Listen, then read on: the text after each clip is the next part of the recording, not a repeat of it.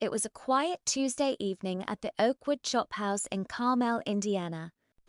I had spent 3 full weeks planning my mother's 80th birthday dinner, picking a place with soft yellow lighting, dark wood paneling, and firm seating to support her recovering knee. My sister Carol brought a lovely bouquet, and my son Daniel had driven straight over from work. Everything felt peaceful, cozy, and right. Then my stepdaughter, Madison, walked in 40 minutes late, wearing a cream coat I had helped purchase at Christmas, offering a weak excuse about parking before sliding into her chair. I was 58 years old, a payroll consultant who believed in patience and second chances. After 12 long years of widowhood, marrying my husband Grant felt like a fresh chapter. For 2 years, I tried my absolute best to be a supportive stepmother to Madison, paying her phone bills, buying textbooks, covering tuition installments, and funding her monthly allowance because Grant assured me it was giving her a real chance at life.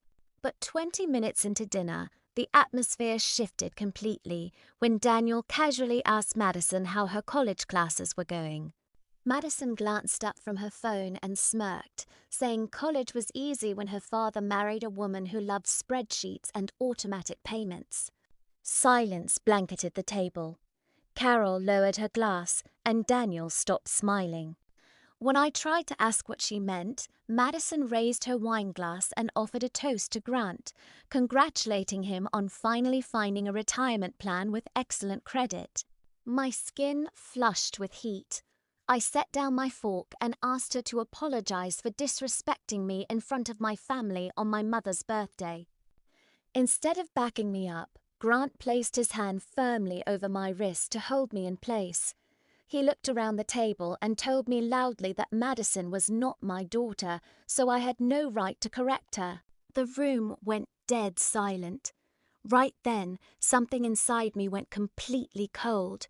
It was not a sudden burst of anger, but a profound, crystal-clear realization. I told him to take his hand off me, folded my napkin, and quietly decided that if I was not permitted to act like her parent, I would certainly stop funding her life like one.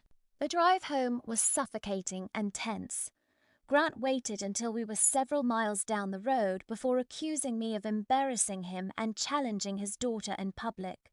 I pointed out that she had insulted me, but he brushed it off as a joke, adding that her tuition payment was due that Friday and warning me not to act on emotion.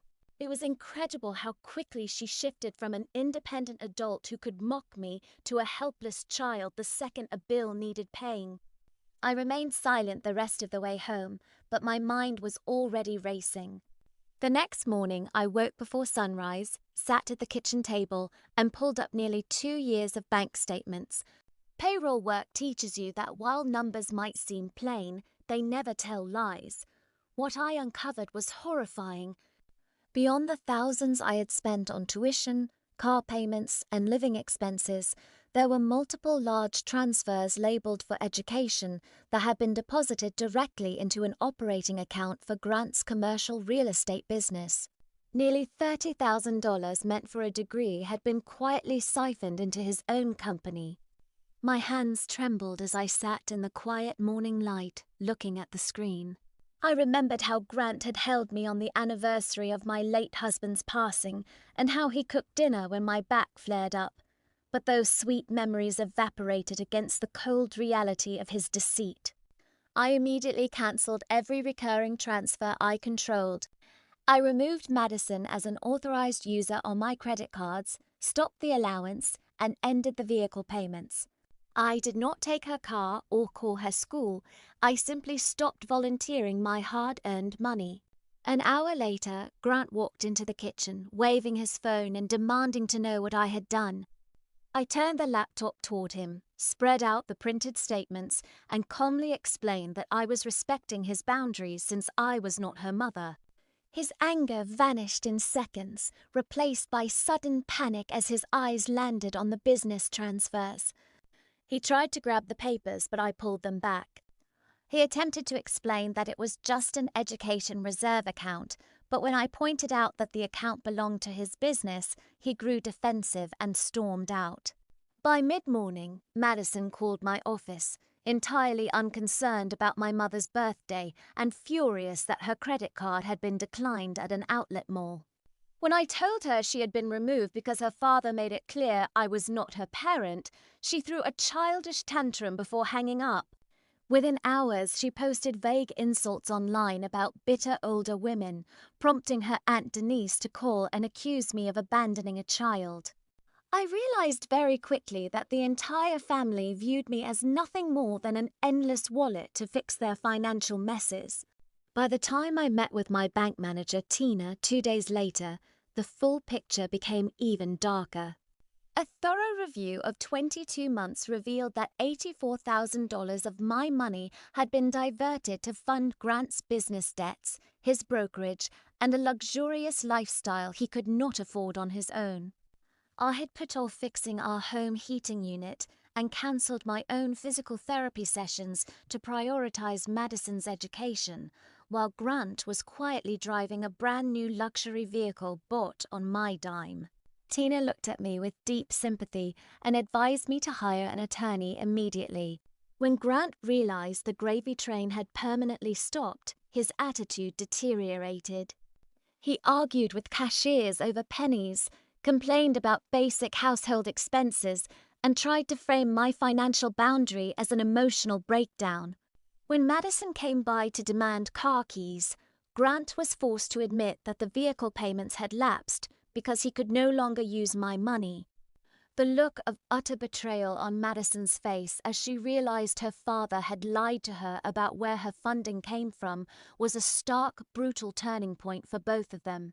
My attorney, Nathan, helped me freeze my credit and secure my assets. During our review, we discovered something that chilled me to the bone. Someone had recently attempted to add Grant as a joint owner to my private investment account using a forged signature. The request had been rejected, but it proved how far he was willing to go. Driving home in silence, holding the folder with that forged document, I felt an intense ache. I was a professional who caught financial discrepancies for a living, yet I had allowed the man sleeping beside me to steal from me under the guise of love. The weeks that followed were filled with cold silence and psychological games. Grant moved into the guest room and began acting unnervingly polite, offering coffee and folding laundry, but every small gesture felt like a calculated negotiation. Worse, he started dropping subtle hints to our neighbors and mutual acquaintances that I was overwhelmed, stressed, and struggling with my memory. He was trying to plant seeds of doubt about my mental state so no one would believe me if I exposed his financial fraud. The sheer malice of his quiet strategy made me sick to my stomach. Late one night, overwhelmed by stress and physical fatigue, I accidentally dropped a bottle of laundry detergent in the basement. As the blue liquid spread across the floor, I sat on the bottom step and sobbed uncontrollably, questioning my own judgment and worth. I called my sister Carol in the middle of the night, weeping as I asked if everyone knew Grant was using me. Carol gently reminded me that Grant was not a monster every second of the day, and that seeking love and companionship after losing my first husband was a human need, not a character flaw. A few days later, Madison called out of nowhere, her voice stripped of its usual arrogance, asking to meet at a local coffee shop. When I arrived, she looked completely exhausted, wearing an old college sweatshirt instead of designer clothes. She slid a small folder toward me across the table. Inside were bank statements her father had given her, showing that he had been charging her rent while telling her I was funding her entire life. He had played both of us, using my generosity to control her and using her needs to drain my savings. Looking at Madison's pale, anxious face, I felt no hatred, only a sad clarity. We were both victims of a master manipulator who used love as currency. I helped her understand the real numbers, guided her on how to secure student loans independently, and officially filed for divorce from Grant the following morning. Walking out of the courthouse into the crisp afternoon air, I realized that standing up for myself had not just saved my financial future, it had restored my self-respect and freed me from a life built on lies.